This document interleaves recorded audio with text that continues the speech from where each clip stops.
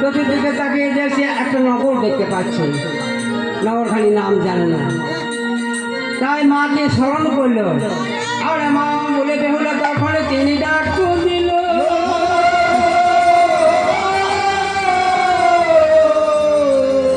আরে হেন কালে মাথায় আমার সবে বুঝিতে পারে। বেহুলাকে এসে বলছে, আরে বেহুলা তোকে এই মাত্র আমি সাতখানি নৌকা সাজিয়ে দিলাম, ফের কেন আমায় ডাকলেন? বলি মা গো ডেকেছি তার কারণ আছে। ওই যে ওই নগরখানি দেখা যাচ্ছে মা, ওই নগরখানির নাম কি বলতে পারেন? বলে ওই নগরখানির নাম জানেন না? বলি না, আমি নগরখানির নাম জানি না। ওই নগরখানির নাম হলো শ্রী শ্রী চম্পাই নগর।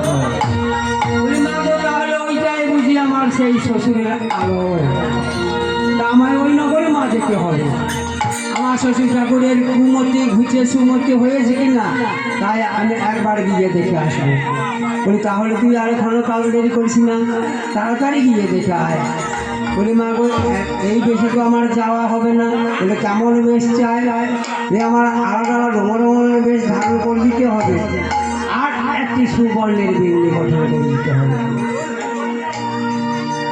মা তো মনে মনে চিন্তা করলো, আলাদা আলাদা রমরমণের বেশ আমি ধারণ করে দিতে পারবো, কিন্তু আমি তো সুবর্ণের বিউনি গঠন করতে পারবো না।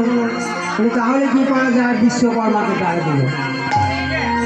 আরে বিশ্বকর্মা বলে মাতা ডাকি দিয়ে দিল, বিশ্বকর্মা বলে মাতা ডাকে দিয়ে দিল।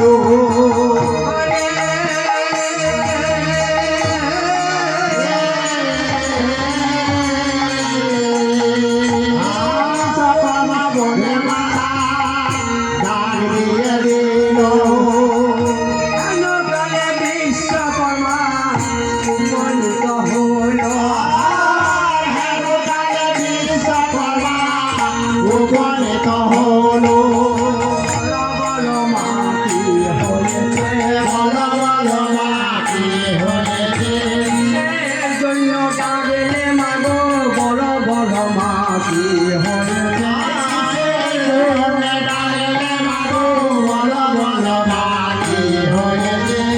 এর জন্য ডাকলে মাগো, বলো বলো মা কি হয়েছে? বলো বলো মা কি হয়েছে? বলে বিশ্বকর্মা তোমায় এক কাজ করতে হবে।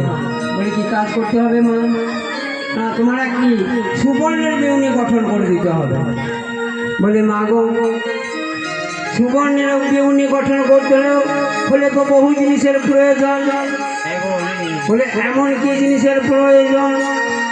বলে সোনা লাগবে, রূপা লাগবে, তারপর ফেরা মুক্তা, বহু কিছু। মা বলেন কোনো চিন্তা নেই। মা তৎক্ষণাৎ সেগুলি জোগাড় করে দিল। এবার বিশ্বকর্মা বেউনি গঠন করছে। আরে